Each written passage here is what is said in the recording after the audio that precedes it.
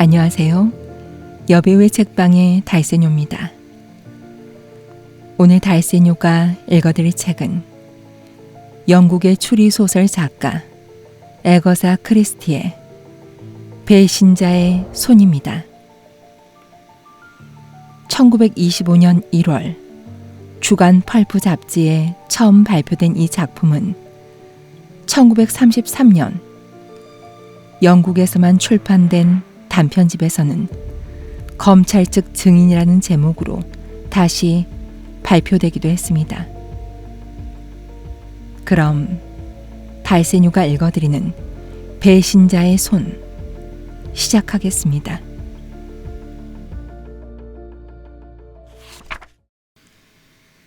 메이헌은 안경을 추스리며 독특한 마른 기침으로 목청을 가다듬었다. 그리고 차분한 눈매로 모살죄 혐의로 기소되어 있는 맞은편 남자를 응시했다. 메이헌은 태도가 분명하고 모양을 낸다기보다는 단정하게 차려입은 키가 작은 사람으로 아주 빈틈없고 날카로운 회색 눈을 가지고 있었다. 그는 한 구석도 어리숙해 보이는 데가 없는 치밀한 사람이었다. 사실 사무 변호사로서 메이헌의 명성은 대단히 높았다. 자기의 의뢰인과 말할 때 그의 목소리는 몸이 건조하긴 했지만 매정하진 않았다. 볼 씨, 당신은 지금 아주 중대한 위험에 처해 있습니다. 따라서 나에게 솔직한 답변만 해야 할 것입니다. 레너드 볼은 자기 앞에 있는 빈 벽을 멍하니 응시하고 있다가 그 변호사에게로 시선을 옮겼다. 알겠습니다. 그는 힘없이 대답했다. 메이헌은 경험이 풍부하여 감정에 치우치지 않았다. 그는 다시 기침을 하며 코안경을 벗어 세심하게 닦은 다음 다시 걸쳐 썼다. 그리곤 이렇게 말했다. 볼 씨, 우리는 무슨 일이 있어도 당신을 빼내도록 노력할 겁니다. 그리고 우리는 꼭 성공하게 될 겁니다. 그러기 위해선 내가 모든 사실을 정확히 알아야만 합니다. 그래야만 최선의 변호 방향을 설정할 수 있지 않겠습니까?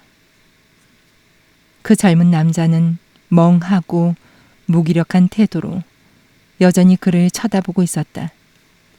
메이헌이 보기에 이 사건은 아주 절망적인 것 같았고 피고의 유죄가 확실한 것 같았다. 그러나 처음으로 그는 그렇지 않을지도 모른다는 생각이 들기 시작했다. 선생님은 제가 유죄라고 생각하고 계시는군요. 레너드 볼은 나지막한 목소리로 말했다. 그러나 맹세코 전 그러지 않았습니다. 상황이 제게 아주 불리해 보인다는 것은 잘 알고 있습니다. 그렇지만 결코 전 그러지 않았습니다. 메이헌 씨, 전 그러지 않았다고요. 그러한 입장에 처한 사람은 을에 자신의 무죄를 주장하게 마련이다. 메이헌은 그것을 잘 알고 있었다.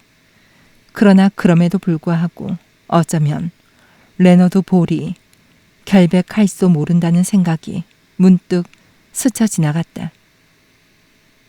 당신 말이 옳아요, 볼 씨. 그는 엄숙하게 말했다.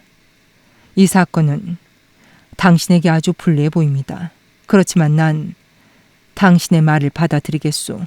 자, 그럼 그 사건에 대해 다시 한번 들어봅시다. 당신이 에밀리 프렌치 부인을 어떻게 알게 되었는지 정확하고 솔직하게 말해 주시오. 런던의 옥스퍼드가였습니다. 저는 어떤 나이든 부인이 길을 건너고 있는 것을 봤습니다.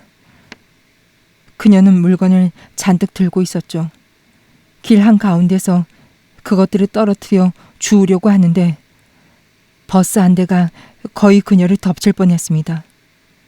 사람들이 소리치는 통에 얼떨떨하고 당황해서 정 가까스로 그녀를 길 가장자리로 피하게 해주었죠.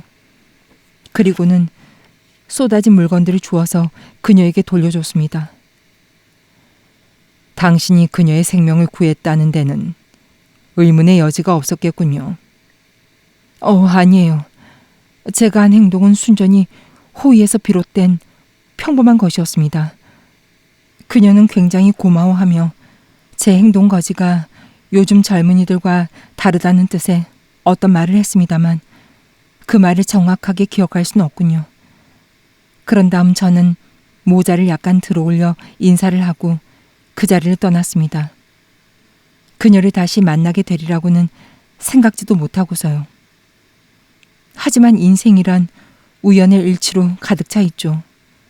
바로 그날 저녁 저는 한 친구의 집에서 있었던 파티에서 그녀와 마주쳤습니다. 그녀는 저를 대번에 알아보고 제 소개를 하라고 하더군요. 전 그때서야 비로소 그녀가 에밀리 프렌치 부인이고 크리클 우드에 살고 있다는 것을 알았습니다. 전 잠시 동안 그녀와 이야기를 나누었습니다. 그녀는 사람들한테 갑작스럽고 맹렬하게 정을 쏟는 노부인이었던 것 같습니다. 그녀는 누구라도 할 수 있었던 그런 친절에 저를 좋아하게 된 거죠. 떠날 때 그녀는 제 손을 다정하게 잡으면서 꼭 자기 집에 놀러와 달라고 하더군요. 물론 저도 그렇게 하고 싶다고 했죠.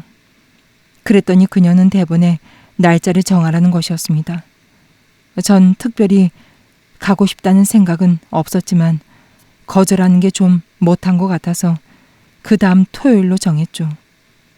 그녀가 가버리고 난 다음 전 친구들한테서 그녀에 대한 것을 좀 알게 되었습니다. 그녀가 부자라는 것과 하녀 한 명만 데리고 살고 있으며 고양이를 8마리나 기르고 있는 괴짜라고 말입니다. 알겠소. 메이헌이 말했다. 그녀가 잘 산다는 말이 꽤 일찍 나왔군요. 제가 물어봤다고 생각하시는 건가요? 레너드 볼이 몹시 화를 내며 말하기 시작했으나 메이헌이 손짓으로 그를 잠자코 있게 했다. 나는 이 사건을 일단은 저쪽 검찰 측 입장에서 살펴봐야만 하오. 보통 사람들은 프렌치 부인이 재산이 많다고는 생각하지 않을 거요. 그녀는 가난하게 아주 초라하게 살고 있었으니까. 당신이 그 정반대라는 말을 듣지 못했다면 당신도 아마 10중 8구는 그녀가 가난하다고 생각했을 거요. 적어도 처음엔 말이오.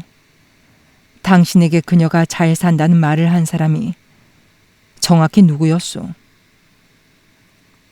조지 합이라는 친구인데 그의 집에서 파티가 열렸었죠. 그가 그렇게 말한 것을 기억하고 있을까요? 잘 모르겠군요. 꽤 시간이 흘러서. 좋습니다, 볼씨. 검찰 측에서는 당신의 경제 사정이 궁핍했다는 것을 첫 번째로 겨냥할 텐데 그건 사실이죠. 레너드 볼은 얼굴을 붉혔다. 네. 그는 나지막한 목소리로 대답했다. 좋습니다. 내 말대로 당신은 경제적으로 궁핍한 상태에서 그 부유한 노부인을 만나 그녀와의 관계를 이끌어왔습니다. 만일 우리가 당신은 그녀가 잘 산다는 것을 몰랐으며 당신이 그녀를 방문한 것은 순수한 인정에서였다고 말할 수 있는 입장이라면 정말로 그랬습니다. 아마 그렇겠죠. 난 그 점을 의심하는 게 아니오. 그 이면의 관점에서 그것을 보고 있소. 당신 친구 하비 씨가 기억을 하느냐 못 하느냐에 많은 것이 달려 있습니다. 그 사람이 그 대화를 기억하고 있을까요? 못할까요? 그것이 더 나중의 일이 아니냐고 물으면 그는 그럴지도 모른다고 할 수도 있지 않을까요? 레너드 볼은 몇 분간 생각을 해봤다. 그런 다음 아주 침착하게 그러나 얼굴이 좀 창백해진 채 이렇게 말했다. 그는 분명히 기억할 겁니다, 메이헌 씨. 그 당시 거기에 있었던 여러 사람들이 그의 말을 들었는데 그들 중 한두 명이 제가 부유한 노부인을 낚았다고 놀렸거든요. 변호사는 손을 내저으며 실망한 기색을 감추려고 애썼다. 유감스럽군. 그러나 솔직하게 말해주니 기쁘. 볼씨, 내가 나아갈 방향을 가리켜줄 사람은 당신뿐이요. 당신은 아주 정확하게 판단한 겁니다. 좀 전에 말한 방향으로 계속 밀고 나갔다간 비참해졌을 거요. 그 문제는 일단 제쳐두기로 합시다. 아무튼 당신은 프렌치 부인을 알게 되었고 그녀를 방문함에 따라 그녀와의 관계가 진전되었습니다. 우리는 그 모든 것에 대한 뚜렷한 이유를 알아야 합니다. 당신처럼 잘생기고 운동을 좋아하고 친구들에게 인기가 많은 33살의 젊은 남자가 무엇 때문에 공통점이라고는 거의 찾아볼 수 없는 나이 많은 부인에게 그렇게 많은 시간을 쏟았습니까? 레너드 볼은 손을 신경질 쪽으로 획 벌렸다. 모르겠습니다. 정말 모르겠어요. 첫 번째로 찾아간 날 그녀는 자기는 외롭고 불행하다는 이야기를 하며 저에게 꼭 다시 와달라고 하더군요. 그녀는 제가 거절하기 어렵게 만들었습니다. 그녀가 저에 대한 확고한 애정을 너무 솔직하게 드러냈기 때문에 전 입장이 정말 난처했습니다. 보시다시피 메이언 씨, 전 마음이 약해요. 남에게 끌려다니죠. 전 싫다는 말을 못하는 사람입니다. 그리고 절 믿든 안 믿든 그건 선생님 마음이지만 3번째인가 4번째로 방문하고 난 뒤로는 저도 진실로 그 부인을 좋아하게 되었습니다. 전 어렸을 때 어머니를 여의고 아주머니가 길러주셨는데 아주머니 역시 제가 채 15살도 되기 전에 돌아가셨죠. 제가 정말 어머니한테 하듯이 응석 부리는 것을 즐겼다고 말씀드리면 아마 선생님은 웃으시겠죠. 그러나 메이허는 웃지 않았다. 웃기는커녕 오히려 코안경을 다시 벗어 닦았는데 그에게는 그것이 깊은 생각에 잠겨있다는 표시인 것 같았다. 난 당신의 말을 믿소, 볼씨. 난 그것이 심리학적으로 가능한 일이라고 봅니다. 배시몬이 그러한 견해를 받아들일지 어떨지는 모르겠지만 말이오. 이야기를 계속해 주시오. 프렌치 부인이 자기의 사업 문제를 처음으로 이야기했던 때가 언제였소? 제가 그녀를 3번째인가 4번째 방문한 뒤였습니다. 그녀는 자기는 사업에 대해서 거의 아는 게 없다고 하며 몇 군데 투자를 해놨는데 꽤 걱정이 된다고 했습니다. 메이허는 날카롭게 쳐다봤다. 잘 생각해서 말해야 합니다, 볼씨. 제니 맥킨지라는 그녀의 하녀는 프렌치 부인의 사업 수완은 놀라운 것이라고 했으며 모든 문제를 직접 처리했다고 주장하고 있고 또 이 사실은 그녀와 거래하던 은행들의 증언에서도 확인된 말이오. 전 그 말밖에 할 수 없습니다. 볼이 진지하게 말했다. 그녀가 저에게 그렇게 말했으니까요. 메이허는 잠시 동안 말없이 그를 쳐다봤다. 레너드 볼이 무죄라는 생각이 그 순간 더욱 강해졌다. 그는 노부인들의 심리를 잘 알고 있었다. 메이언 변호사는 이 잘생긴 젊은이한테 열중하여 그를 자기 집으로 끌어들일 구실을 찾는데 혈안이 된 프렌치 부인을 생각해 봤다. 자기는 사업에 대해선 문외한인 채 하며 그에게 자기의 사업을 도와달라고 하는 것보다 더 그럴듯한 게 무엇이 있겠는가. 그녀는 어떤 남자라도 그의 명석함을 인정해주면 우쭐해 한다는 것을 알 만큼 세상 물정에 밝은 여자였다. 아마 그녀 역시 자신이 부자라는 것을 이 남자에게 알리는 게 싫지는 않았을 테고 에밀리 프렌치는 의지가 강한 성격이고 자기가 원하는 것을 위해서는 기꺼이 그 대가를 지불할 여자였다. 이 모든 것이 메이언 변호사의 마음속을 재빨리 스쳐 지나갔으나 그는 아무런 내색 없이 그 다음 질문을 했다.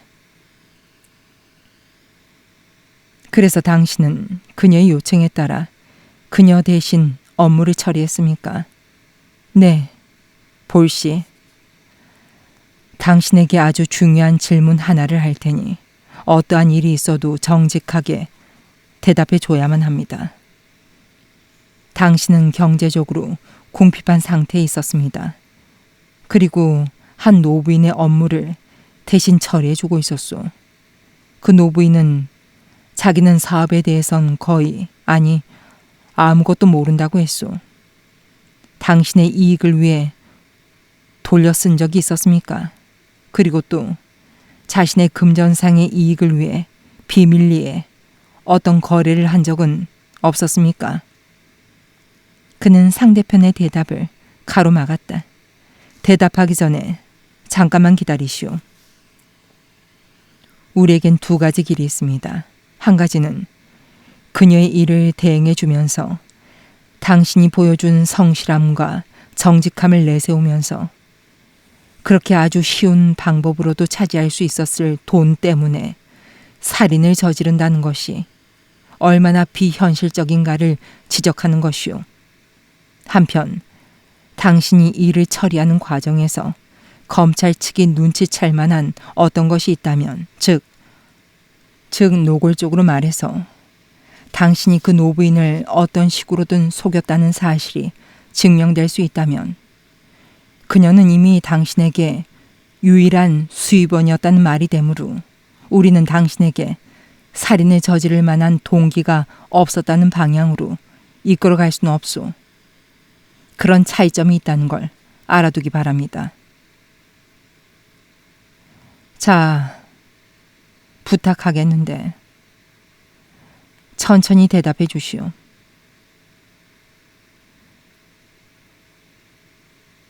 그러나 레너드 볼은 조금도 지체하지 않았다. 저는 프렌치 부인의 일을 더할 나위 없이 공명정대하게 처리했습니다. 그 문제를 조사해 보면 누구라도 알 수 있겠지만 전 제 능력이 닿는 한 그녀에게 이익이 되도록 했습니다. 고맙소.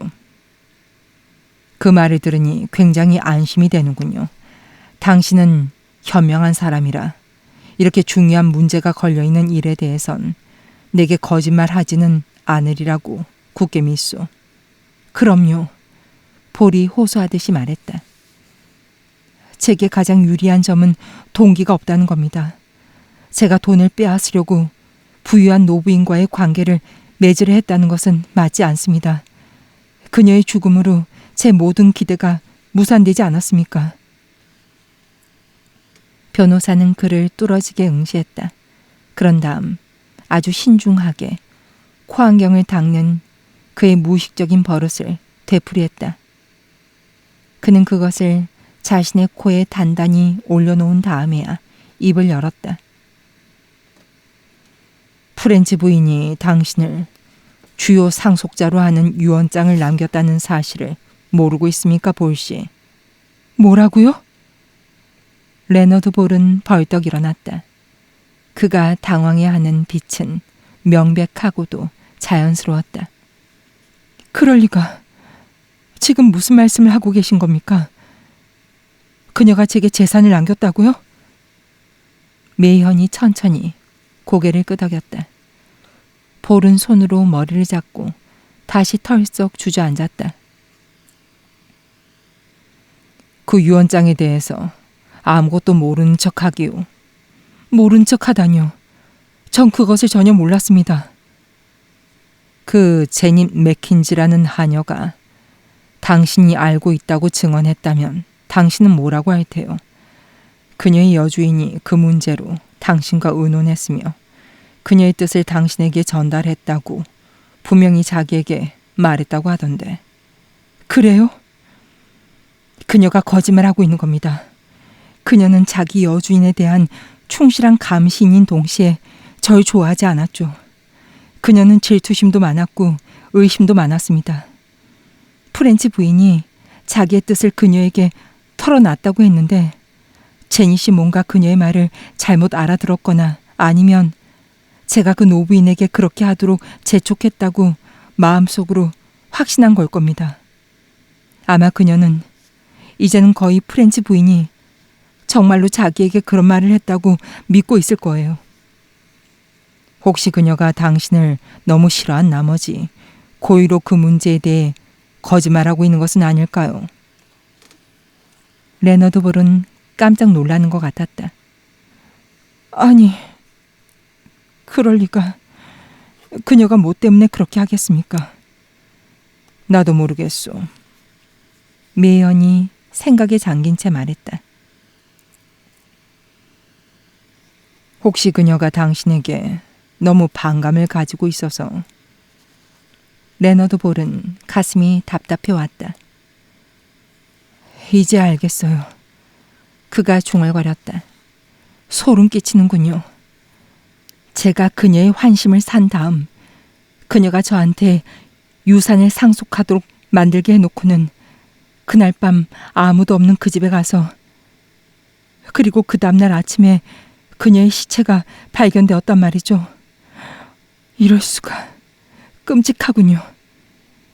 집에 아무도 없었단 말은 틀렸소. 당신도 기억하겠지만 제닛은 그날 저녁 외출하기로 되어 있었소. 그녀는 밖에 나갔다가 밤 9시 반경에 한 친구에게 갖다 주기로 약속한 블라우스 소매 원형을 가지러 돌아왔었소. 그녀는 뒷문으로 들어가서 2층으로 올라가 그것을 찾아가지고 다시 나갔습니다. 그때 그녀는 응접실에서 나는 목소리를 들었는데 무슨 말을 하고 있는지는 알 수 없었지만 그중 하나는 프렌치 부인의 목소리였고 다른 하나는 남자의 목소리였다고 증언했소. 밤 9시 반이라고요? 레너드 볼이 말했다. 9시 반이라면. 그는 벌떡 일어섰다. 그러면 저는 구제됩니다. 구제된다고요. 구제된다니. 무슨 말이오? 메이언 변호사가 깜짝 놀라며 소리쳤다. 9시 반경에 전 집에 있었거든요. 아내가 그것을 증명해 줄 겁니다. 전 8시 55분쯤 프렌치 부인과 헤어졌어요. 집에는 9시 20분쯤에 도착했죠. 아내가 집에서 절 기다리고 있었습니다. 고마운 일이군요. 고마운 일이에요. 제닛 맥킨지의 소매 원형에 축복이 깃들길. 그는 잔뜩 흥분해 있는 바람에 변호사의 엄숙한 얼굴 표정이 변하지 않았다는 것을 거의 깨닫지 못했다. 그러다가 변호사의 말에 그는 그만 기가 꺾여버리고 말았다. 그렇다면 당신 생각엔 누가 프렌치 부인을 살해했을 것 같소? 그야 물론 강도를 제일 먼저 생각할 수 있겠죠. 그 창문이 억지로 열려 있었다는 것을 기억해 보십시오. 그녀는 세막대로 되게 얻어맞아 죽었으며 그 세막대가 시체 옆 바닥에 놓인 채 발견되었습니다. 그리고 물건들이 여러 가지 없어졌어요. 저에 대한 제닛의 터무니없는 의심과 반감만 없었다면 경찰에서도 그러한 정확한 증거에서 벗어나지는 않았을 겁니다. 아니, 그렇지 않을 겁니다, 볼씨. 변호사가 말했다. 없어진 물건들은 위장을 하기 위해 가져간 아무런 가치가 없는 하찮은 것들 뿐이요. 그리고 그 창문에 난 흔적도 결코 결정적인 단서는 되지 않습니다. 게다가 이걸 잘 생각해 보시오. 당신은 9시 반에 그 집에 있지 않았다고 했는데 그렇다면 제닛이 들었다는 응접실에서 프렌치 부인에게 말하던 남자는 누구였겠습니까? 그녀가 강도와 유쾌한 대화를 나누었을 리는 없지 않소. 그렇군요. 그는 당황하고 실망한 것 같았다. 그렇지만 어쨌든 그는 다시 용기를 내어 말했다. 전 아닙니다. 전 알리바이가 있어요. 우리 집사람 로맨을 만나보십시오. 물론 그렇게 하겠소. 당신이 구속되었을 때 당신 부인이 집을 비우지만 않았더라면 벌써 만나봤을 겁니다. 내가 바로 스코틀랜드로 전보를 쳤으니까 당신 부인이 오늘 밤에 돌아올 겁니다. 난 당신 부인이 도착하면 즉시 만나볼 생각이요. 볼은 굉장히 만족스러운 표정을 띈 채 고개를 끄덕였다. 로메인이 선생님에게 말해줄 겁니다. 정말 다행입니다. 실례지만 볼씨, 당신은 아내를 사랑합니까? 물론입니다. 그리고 부인께서도. 로메인은 저한테 아주 헌신적입니다. 그녀는 저를 위해서라면 무슨 일이든 할 겁니다. 그는 열광적으로 말했지만 변호사의 심정은 조금 침체되었다. 헌신적인 아내의 증언이 얼마나 신용을 얻을 수 있을까? 당신이 9시 20분에 돌아오는 것을 본 그 밖에 다른 사람은 없습니까? 예를 들어 하녀라도. 우린 하녀가 없습니다. 그럼 돌아오는 길에 거리에서 만난 사람이라도 있습니까? 아는 사람은 아무도 없었습니다. 도중에 버스를 탔으니까 혹시 차장이 기억할지는 모르겠습니다. 메이엄 변호사는 의심스러운 듯이 머리를 저었다. 그럼 당신 부인의 증언을 증명해 줄 수 있는 사람이 아무도 없단 말입니까? 네. 그런데 그것이 꼭 필요한 건 아니지 않습니까? 아마 그럴 거요. 아마도. 메이엄 변호사가 주저하며 말했다. 자, 딱 한 가지가 더 있습니다. 프렌치 부인은 당신이 결혼한 사람이란 걸 알고 있었소. 물론입니다. 그런데 당신은 부인을 그녀에게 한 번도 데려가지 않았습니다. 왜 그랬소? 순간적으로 레너드 볼은 망설이며 불확실하게 대답했다. 글쎄요. 모르겠습니다. 제닛 맥킨지가 자기의 여주인은 당신을 독신이라고 믿고 있었으며 장차 당신과 결혼할 생각이었다고 말하고 있는 걸 알고 있소. 볼은 웃었다. 말도 안 돼요. 우리는 나이 차이가 40년이나 납니다. 하지만 그래도 결혼한 사람들이 있어요. 당신의 아내는 프렌치 부인을 한 번도 만난 적이 없습니까? 네. 다시 어색한 침묵이 흘렀다. 잠시 후 메이언이 입가에 손을 대며 이렇게 말했다. 나는 그 문제에 대한 당신의 태도를 조금도 이해할 수가 없군요. 볼은 얼굴을 붉히며 머뭇거리다가 말했다. 다 털어놓고 말씀드리겠습니다. 아시다시피 전 돈에 쪼들렸습니다. 전 프렌치 부인이 돈을 좀 빌려주었으면 했죠. 그녀는 저를 좋아했지만 젊은 부부가 살려고 버둥거리는 것에는 전혀 관심이 없었습니다. 그녀는 우리 부부 사이가 좋지 않아 별거하고 있는 것으로 생각하고 있었습니다.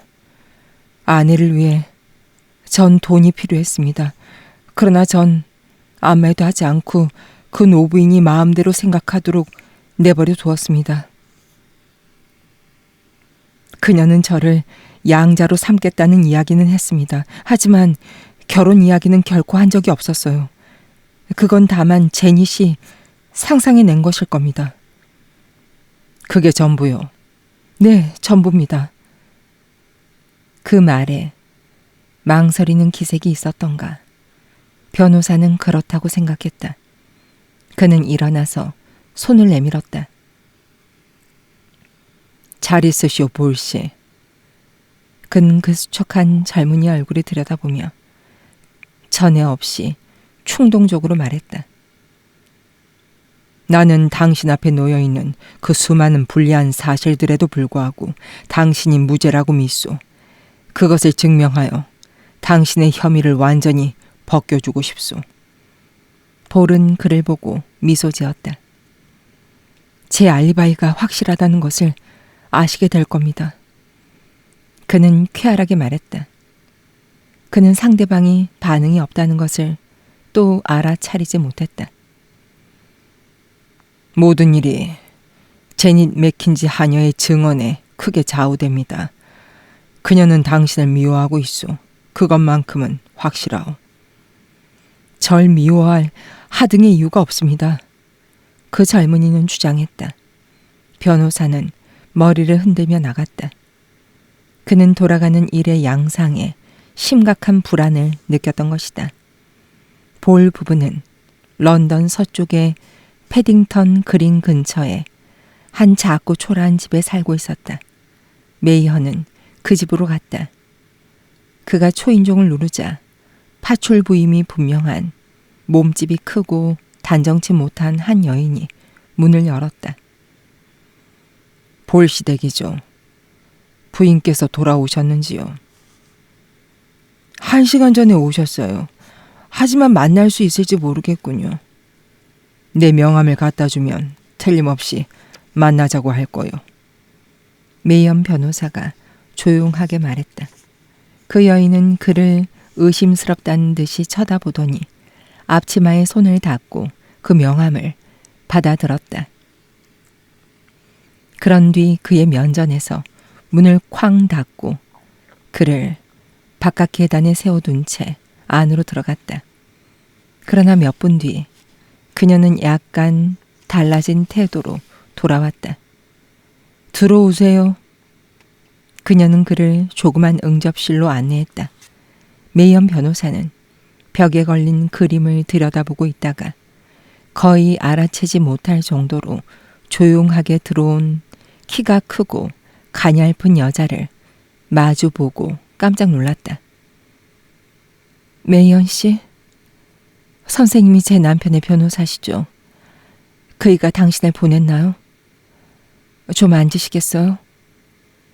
그는 그녀가 말을 하기 전까지는 그녀가 영국인이 아니라는 것을 알아채지 못했다. 그녀를 좀 더 자세히 관찰해 보니 툭 튀어나온 광대뼈며 짙은 감색이 감도는 검은 머리카락하며 이따금씩 나오는 그 가벼운 손동작이 명백히 이국적이었다. 야릇한 분위기에 아주 조용한 여자였다. 너무 조용해서 불안할 정도였다. 바로 첫 순간부터 메이어는 자신이 이해할 수 없는 어떤 것에 직면해 있다는 느낌이 들었다. 볼 부인, 절대 포기해서는. 그는 멈췄다. 레너드 볼은 조금도 포기할 생각이 없다는 것이 너무나 명백했기 때문이다. 그녀는 더할 나위 없이 침착하고 냉정했다. 그 사건에 관해 모두 말씀해 주시겠어요? 전 모든 것을 알아야만 해요. 제게 신경 쓰지 말고 말씀해 보세요. 전 최악의 상태를 알고 싶어요. 그녀는 망설이다가 나지막한 어조로 되풀이했는데 거기엔 변호사가 이해할 수 없는 이상한 어감이 깃들어 있었다. 전 최악의 상태를 알고 싶어요. 메이어는 레너드 볼과 나눈 이야기를 모두 들려주었다. 그녀는 가끔 머리를 끄덕이며 주의 깊게 들었다. 알겠어요. 그가 말을 마치자 그녀는 이렇게 말했다. 그이는 제가 그날 밤 자기가 9시 20분에 들어왔다고 말해주기를 원한단 말이죠. 남편은 정말 그 시간에 들어왔습니까? 메이현이 날카롭게 물었다. 그것은 문제가 안 돼요. 그녀는 냉정하게 말했다. 제가 그렇게 말하면 그이가 석방될까요? 그들이 제 말을 믿어줄까요? 메이어는 깜짝 놀랐다. 그녀는 문제의 핵심을 너무도 빨리 알아차렸던 것이다. 전 바로 그걸 알고 싶어요. 그렇게만 하면 충분한가요? 제 증언을 뒷받침해 줄 수 있는 다른 사람이 있나요? 그녀의 태도에 감추어진 간절함에 변호사는 어렴풋하게 불안을 느꼈다. 아직까지는 아무도 없습니다. 변호사는 마지못해 이렇게 말했다. 알겠어요. 그녀는 잠시 동안 꼼짝도 하지 않고 앉아 있었다. 그녀의 입가에 희미한 미소가 감돌았다. 변호사는 점점 더 의아스러워졌다. 볼 부인, 당신의 심정이 어떨지 잘 알고 있습니다. 그러세요. 흥미있군요. 상황이 그러하니만큼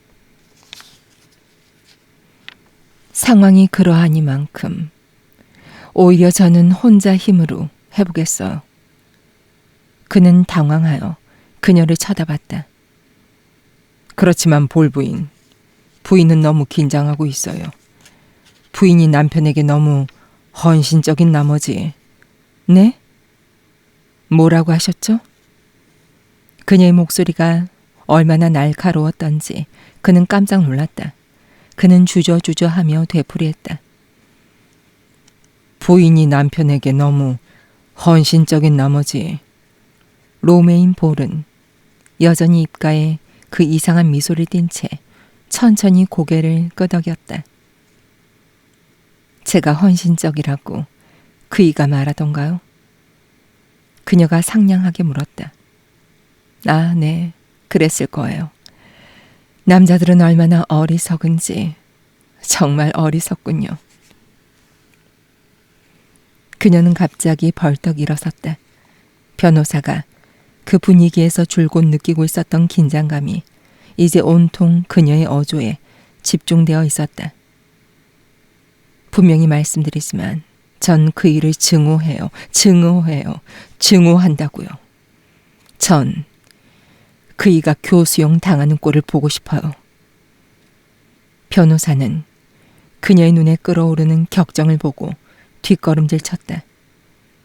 그녀는 한 발자국 더 가까이 다가서며 격렬한 어조로 계속했다. 아마 저는 그것을 보게 될 거예요. 제가 선생님에게 그날 밤 그이는 9시 20분이 아니라 10시 20분에 들어왔다고 말씀드린다면요. 그이는 자기에게 들어올 돈에 대해서는 아무것도 몰랐다는 말을 했다고 하셨는데 제가 선생님에게 그이는 그것을 모두 다 알고 있었고 그것을 기대했으며 그것을 손에 넣기 위해 살인을 저질렀다고 말씀드린다면요. 그날 밤 그이가 들어와서 자신이 한 일을 모두 제게 털어놨다면요. 그리고 그이의 외투에 피가 묻어 있었다고 말씀드린다면요. 그런 다음 어떻게 할까요? 제가 법정에 서서 이 모든 것들을 다 말해버린다면. 그녀의 눈은 그에게 도전하는 것 같았다. 그는 자신이 점점 당황하고 있다는 것을 감추려고 애쓰며 차분한 어조로 말하려고 노력했다. 아내는 법정에서 자기 남편에게 불리한 증언을 할 수 없습니다. 그 사람은 제 남편이 아니에요. 그 말이 너무 빨리 나왔기 때문에 그는 그녀의 말을 다 못 들었다고 생각했다. 뭐라고 했습니까? 그 사람은 제 남편이 아니라고요. 전 과거에 빈에서 여배우로 지내고 있었어요. 제 남편은 아직도 살아있어요. 하지만 정신병원에 있죠. 그래서 우리는 결혼할 수가 없었어요. 그게 오히려 잘된 일이죠. 한 가지만 말해 주시오. 레너드 볼에 대해서 왜 그렇게 원한을 품고 있습니까? 그녀는 약간 미소를 띤 채 머리를 흔들었다. 선생님은 그걸 알고 싶으시겠죠. 하지만 얘기하지 않겠어요. 전체의 비밀을 지키겠어요. 메이어는 짤막하게 마른 기침을 하며 일어섰다. 얘기를 더 나눈다고 해도 별 의미가 없겠군요. 내 의뢰인과 이야기해 본 다음 다시 연락드리겠소. 그녀는 그에게 좀 더 가까이 다가와 그 이상한 검은 눈으로 그의 눈을 들여다보며 말했다. 말씀해 주세요. 선생님은 오늘 여기에 오실 때 그이가 무죄라고 정말 믿으셨나요? 그랬소. 정말 한심하시군요. 그녀는 웃었다. 그리고 지금도 여전히 그렇게 믿고 있소. 변호사는 끝을 맺었다. 안녕히 계십시오, 부인. 그녀의 놀란 얼굴을 뒤로 하고 방을 나왔다. 이거 야단났는데 라고 생각하며 메이어는 거리를 따라 성큼성큼 걸어 내려갔다. 모든 것이 이상했다. 이상한 여자, 아주 위험한 여자. 여자들은 원한을 품으면 악마로 변하는군. 어떻게 해야 하지? 그 불행한 젊은이한테는 이제 지탱하고 일어설 다리 하나가 없는 셈이다. 물론 어쩌면 그가 그 범죄를 저질렀을지도 모른다. 젠장. 메이어는 혼잣말로 중얼거렸다. 그에게는 불리한 증거가 너무 많아. 하지만 난 그 여자의 말을 믿지 않아. 그녀는 모든 이야기를 꾸며대고 있어. 그래도 법정에서까지야 그런 말을 하지는 않겠지. 그는 그 점에 대해서는 확신을 가질 수가 없었다. 경찰의 법정 진술은 간단하고 극적이었다. 검찰 측의 주요 증인은 죽은 여인의 하녀였던 제닛 맥킨지와 피고의 정부인 오스트리아 국적의 로메인 하일저였다. 메이엄 변호사는 법정에 앉아서 로메인 하일저가 말하는 그 끔찍한 이야기를 모두 들었다. 그 얘기는 지난번 그 부인과 만났을 때 한 그대로였다. 피고는 자신의 변호를 보류한 채 재판의 진행을 지켜봤다. 메이엄 변호사는 어찌할 바를 몰랐다. 레너드 볼에 대해 그 사건은 분리하기가 이루 말할 수 없을 정도였다. 피고 측에선 그 유명한 왕실 고문 변호사도 혀를 내두를 지경이었다. 만일 그 오스트리아 여인의 증언을 흔들게 할 수만 있다면 뭔가 될 것도 같은데. 그러나 그게 좀 어려워야 말이지. 메이엄 변호사는 한 가지 문제에 심혈을 기울이고 있었다. 레너드 볼이 진실을 말하고 있다고 가정하고 9시에 그 살해된 여인의 집에서 나왔다면 제닛이 9시 반에 프렌치 부인에게 말하고 있는 것을 들었다는 그 남자는 누구일까? 오직 한 줄기 빛을 찾아볼 수 있다면 과거에 돈이 없어 자기 아주머니를 여러 번 속이고 협박했다는 망나니 조카였다. 제닛 맥킨지도 변호사가 알기로는 그 젊은이를 꽤 좋아해서 자기 여주인에게 돈을 좀 주라고 부추겼다고 한다. 게다가 그가 늘 다니던 곳에 어디에도 모습을 나타내지 않는 것을 보아 레너드 볼이 프렌치 부인의 집을 떠난 뒤 프렌치 부인과 함께 있었던 사람은 확실히 그 조카일 가능성이 높았다. 변호사는 그 밖의 모든 다른 방향으로도 조사해 봤으나 결과는 매우 부정적이었다. 레너드 볼이 자기 집으로 들어가는 것이나 프렌치 부인의 집에서 나오는 것을 본 사람은 아무도 없었다. 또한 크리클 우드에 있는 프렌치 부인의 집으로 들어가거나 나오는 다른 어떤 남자를 본 사람도 없었다. 조사해 본 것은 모두 실패로 돌아갔다. 메이엄 변호사가 자신의 생각을 완전히 새로운 방향으로 돌리게끔 된 편지를 받은 것은 재판이 다시 시작되기 전날 저녁이었다. 그것은 6시경 우편으로 왔다. 싸구려 편지지에 무식하게 휘갈겨 써서는 우표도 빗둘게 붙인 더러운 봉투에 넣은 것이었다. 친애하는 선생님, 당신은 그 젊은 친구를 위해 일하고 있소? 만일 그 바람둥이 외국 여자가 말하는 게 거짓말 투성이라는 것을 폭로하고 싶으면 오늘 밤 스티프니에 있는 쇼네 새빵집 16번지로 오시오. 200파운드가 될 거요. 목숨 부인을 찾으시오. 변호사는 이상한 편지를 읽고 또 읽었다. 그것은 물론 못된 장난일지도 모르지만 다시 생각해 보니 점점 더 그것이 진짜라는 확신이 들었으며 그것만이 피고를 위한 유일한 희망 같았다.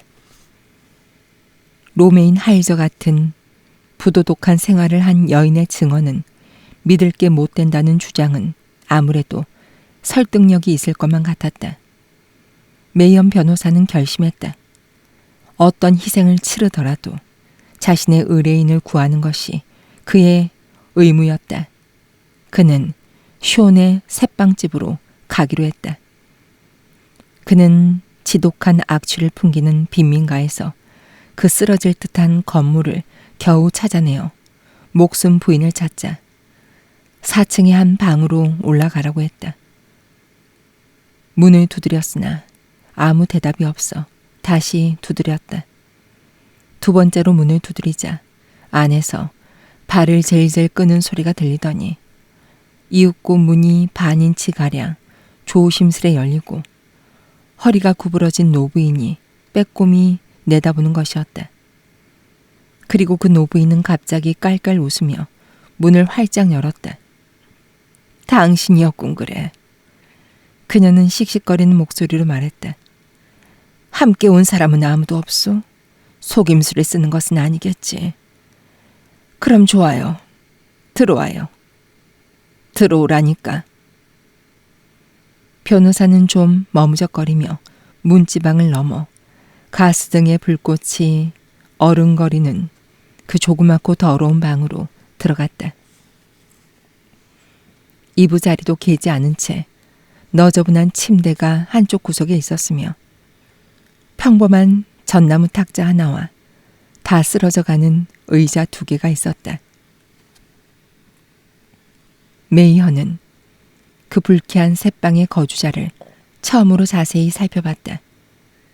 그녀는 허리가 굽은 중년 여인으로 회색 머리는 더부룩하게 흐트러져 있었고 얼굴에는 스카프를 단단히 두르고 있었다. 그녀는 변호사가 자기를 쳐다보고 있다는 것을 알자 다시 그 이상하고 억양 없는 목소리로 낄낄거리며 웃었다. 내가 예쁜 얼굴을 왜 감추고 있는지 궁금하죠? 그렇죠. 그게 당신을 유혹할까 봐? 하지만 보여드리지. 보여드리고 말고. 그녀가 스카프를 옆으로 젖히자 그는 심하게 문드러져 있는 빨간색의 흉터 자국을 보고 숨이 탁 막혔다. 그녀는 스카프를 다시 가렸다. 이젠 입 맞추고 싶지 않으시겠지. 그럴 줄 알았다니까. 그러나 나도 예전엔 예쁜 여자였다오. 당신이 생각하는 만큼 그리 오래된 일도 아니지. 황산이요. 황산. 그게 이렇게 만들었소. 하지만 나도 갚아줄 거야. 그녀가 갑자기 불결한 말을 소름 끼칠 정도로 마구 내뱉기에 메이엄 변호사가 진정시키려고 해봤으나 소용이 없었다. 그녀는 한참 뒤에야 잠잠해지더니 손을 신경질 쪽으로 쥐었다 풀었다 했다. 이젠 그만하시오. 변호사가 위압적으로 말했다. 내가 여기 온 것은 당신이 레너드 볼이라는 내 의뢰인의 혐의를 풀어줄 정보를 줄 수 있다고 믿었기 때문이요. 그럴 수 있겠소. 그녀는 교활하게 그를 곁눈질했다. 돈은 어떻게 됐죠? 정확하게 200파운드. 증언을 하는 것은 당신의 의무이기 때문에 우린 당신에게 그렇게 하도록 요구할 수 있소. 그렇게는 안 될걸. 난 나이가 들어 아무것도 몰라요. 그러나 당신이 나한테 200파운드를 주면 한두 가지 힌트는 줄 수 있지. 알겠소. 어떤 힌트를? 편지라면 뭐라고 할 테요. 그녀가 쓴 편지라면 내가 그것을 어떻게 손에 넣게 되었는지는 신경 쓰지 말아요. 그건 내 일이니까. 그것만 있으면 될 거요. 하지만 난 200파운드를 받아야겠어. 메이어는 그녀를 날카롭게 쳐다보고는 마음을 굳혔다. 10파운드를 주겠소. 더는 못 줍니다. 그것도 그 편지가 당신이 말하는 대로일 경우에만 주겠소. 10파운드. 그녀는 사납게 소리쳤다. 20. 이제 더 이상 말하지 않겠소.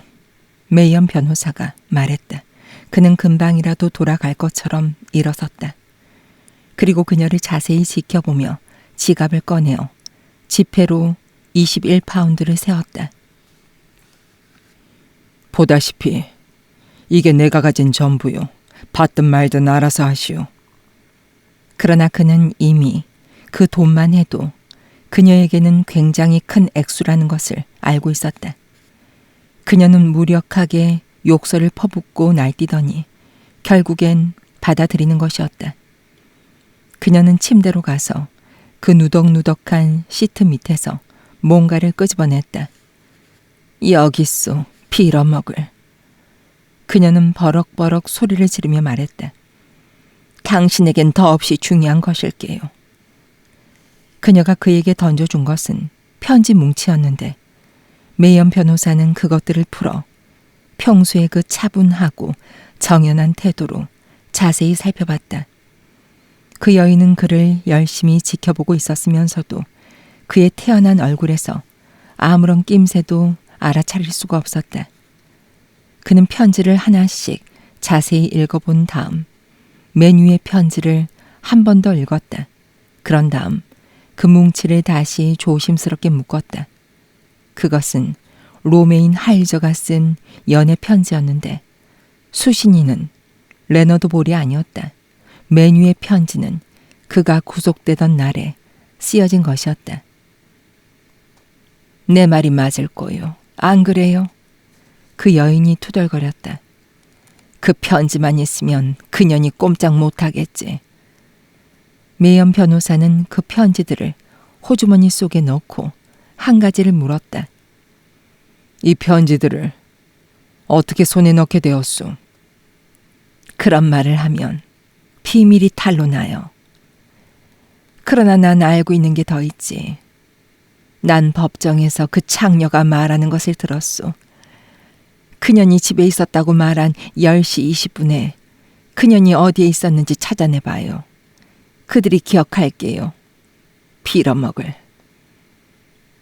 그 남자는 누구요? 여기에는 3-4명밖에 없는데.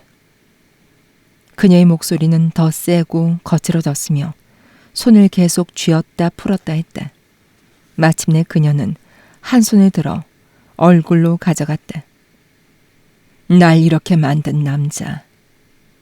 이제 몇 년 전 일이 되었지만 그년이 내게서 그를 가로챘소. 그때 그녀는 깜찍한 계집애였지. 그래서 내가 그를 뒤쫓아가 그에게 덤벼들자 그가 그 빌어먹을 황산을 내게 집어 던졌어요. 그랬더니 그 망할 놈의 계집애가 웃는 거예요. 난 몇 년 동안 그년에게 원한을 품어왔어요.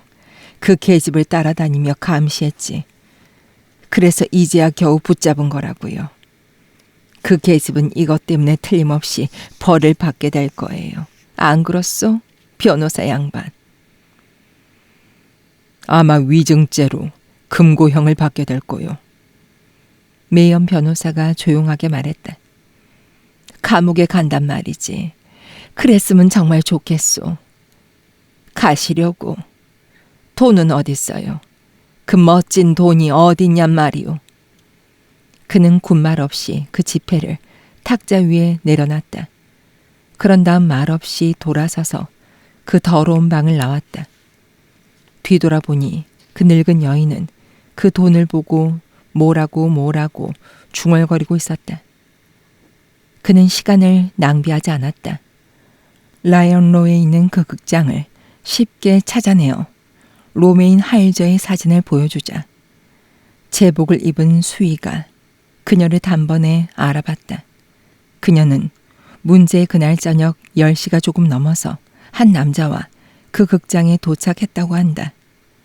그는 그녀와 함께 온 남자는 특별히 눈여겨보지는 않았지만 자기에게 상영 중인 영화에 대해 물어보았던 그 부인은 잘 기억하고 있었다. 그들은 약 1시간 뒤인 영화가 끝나는 시각까지 거기에 있었다고 한다. 메이엄 변호사는 만족했다.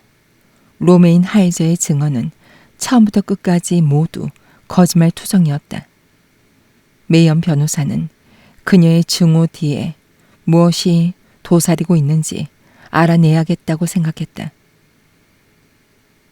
레너드 볼이 그녀에게 무슨 짓을 했을까? 메이엄 변호사가 그에 대한 그녀의 태도를 말해 주었을 때 그는 어이가 없어서 말도 못하는 것 같았다.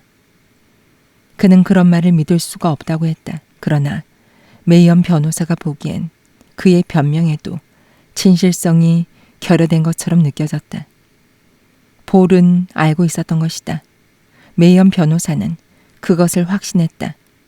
그는 알고 있었지만 그 사실을 밝힐 생각이 없었던 것이리라. 그 두 사람 사이의 비밀은 여전히 남아 있었다.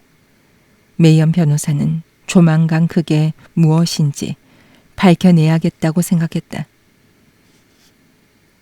변호사는 시계를 힐끔 쳐다봤다. 시간이 늦긴 했지만 잠시도 머뭇거릴 여유가 없었다. 그는 택시를 불러 세워 운전사에게 주소를 말했다. 왕실 변호사 찰스 경이 이 사실을 당장 알아야 해.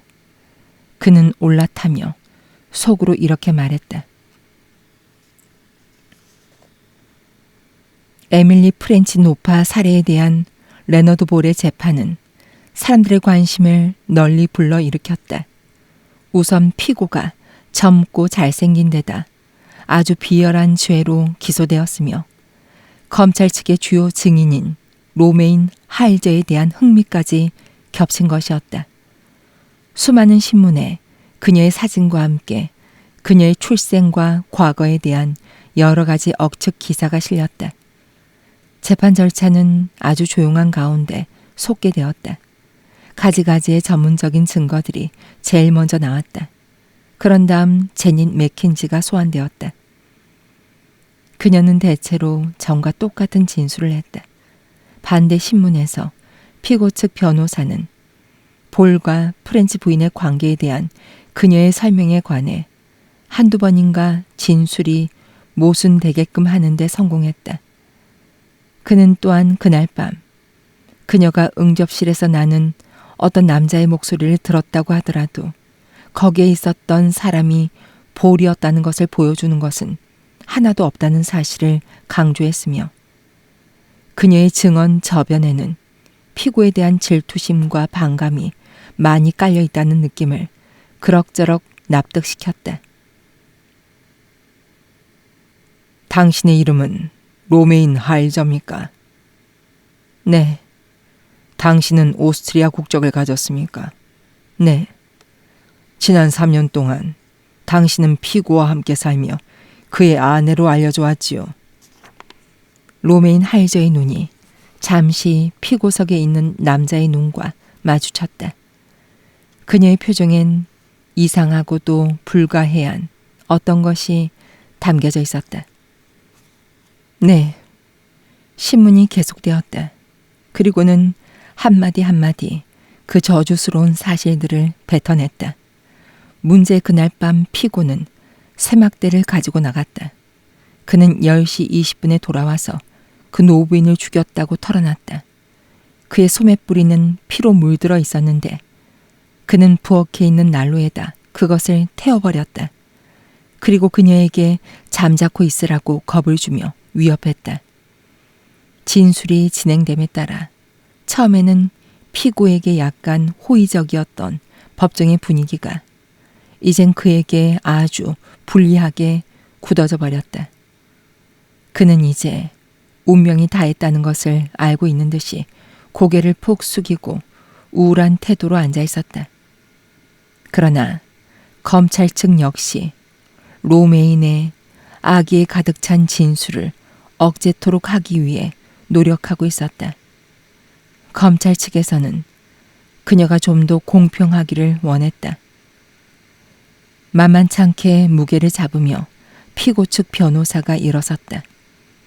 그는 그녀에게 그녀의 이야기는 처음부터 끝까지 악의에 찬 거짓말이며 그녀는 문제의 그 시각에 집에 있지조차 않았고 다른 남자와 사랑에 빠져 있었으며 볼을 일부러 사형시키려고 그가 저지르지도 않은 죄를 지었다고 고의로 말하고 있는 게 아니냐고 추궁했다.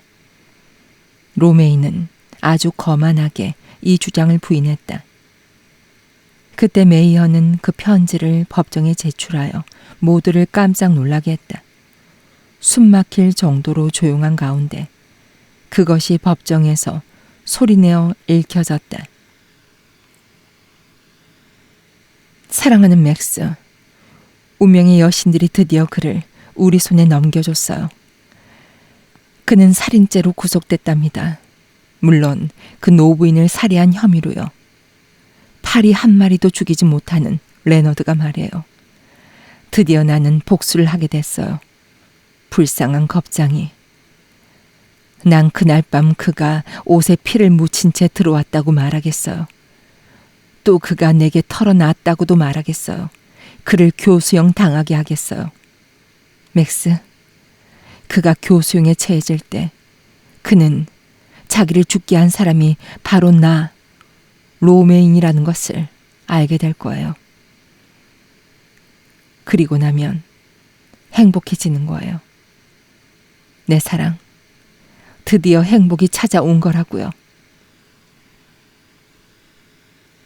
그 필적이 로메인 할저의 필적이라는 것을 증언하기 위해 전문가들이 출석해 있었으나 그들은 그럴 필요조차 없었다. 그 편지를 보더니 로메인은 기세가 완전히 꺾여 모든 것을 자백하고 말았던 것이다.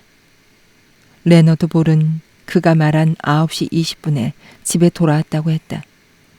그녀는 그를 파멸시키려고 그 이야기를 모두 꾸며냈다는 것이었다.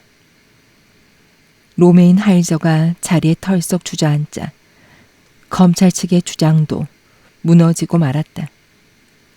왕실 변호사 찰스 경이 몇몇 증인들을 소환했고 피고 자신도 증인석으로 가서 반대 신문에도 동요되지 않고 남자답게 담담하게 진술했다. 검찰 측에서 다시 기세를 회복하려고 노력했지만 별 성공을 거두지 못했다.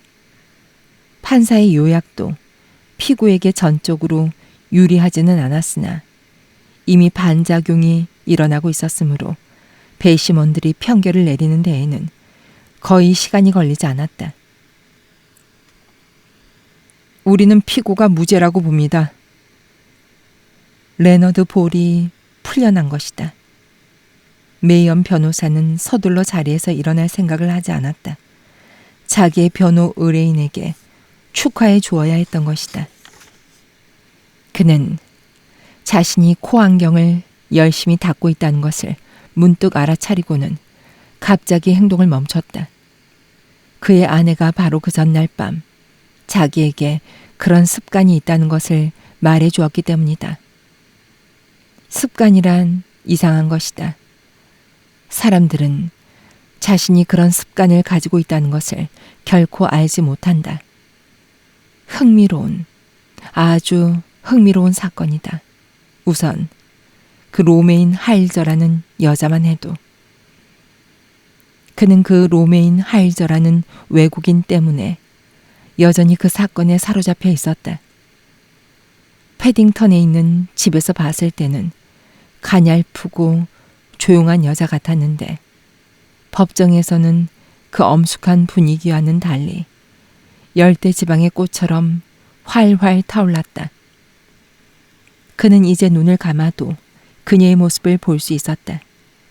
키가 크고 격렬하며 우아한 몸을 앞으로 약간 기울인 채 오른손을 무의식적으로 계속 쥐었다 폈다 하는 모습을 말이다.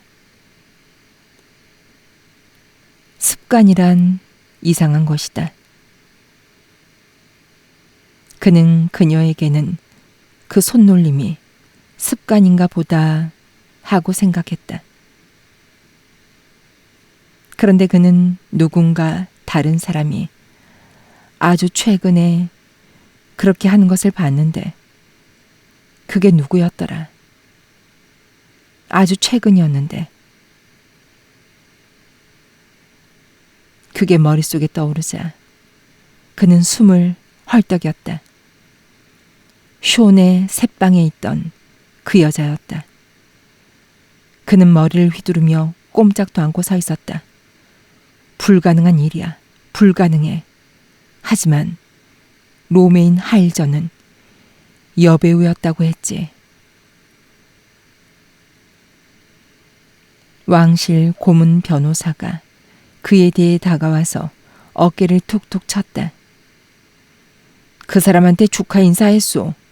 정말이지 아슬아슬했어요. 가서 그를 만나보지 않겠소. 그러나 그 작달막한 변호사는 손을 늘어뜨렸다.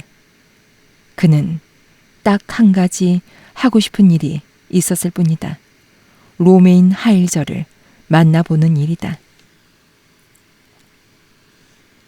그는 시간이 얼마간 지난 뒤에야 그녀를 만났다. 이제야 알아내셨군요. 그렇지만 어째서 왜 혼자서 그런 수를 썼느냐고요. 그녀는 자신이 지난번에도 그런 말을 했던 것을 기억하며 약간 미소를 지었다. 정말 감쪽 같은 희극이었소. 이보세요. 전 그 일을 구해내야만 했거든요. 그이에게 헌신적인 여자의 증언만으로는 충분치가 않았을 거예요. 그건 선생님도 충분히 주의를 주셨잖아요. 그리고 저는 청중들의 심리에 대해 좀 알고 있죠. 제가 증언한 것을 제가 잘못되었다고 자백하여 법률상으로 저를 꼼짝 못하게 하면 피고에게 유리한 반응이 금방 나타나는 거 아니에요? 그럼 그 편지 뭉치는 한 통만으로는 증거로 불충분하지 않겠어요. 조작한 것처럼 보일 수도 있고요. 그럼 그 맥스라는 남자는 가공의 인물이죠. 난 우리가 정상적인 절차에 의해서도 그의 혐의를 풀 수 있었으리라고 생각하는데, 메이엄 변호사는 불만스러운 태도로 말했다. 저는 그저 확실한 방법을 택한 거예요. 물론 선생님이야 당연히 그이가 무죄라고 생각하고 계셨겠지만. 그럼 당신은 그걸 알고 있었군요. 알겠소. 메이엄 변호사가 고개를 끄덕이며 말했다. 그러자 로메이는 낮은 목소리로 말했다. 메이언 씨, 아직도 이해를 못 하시는군요.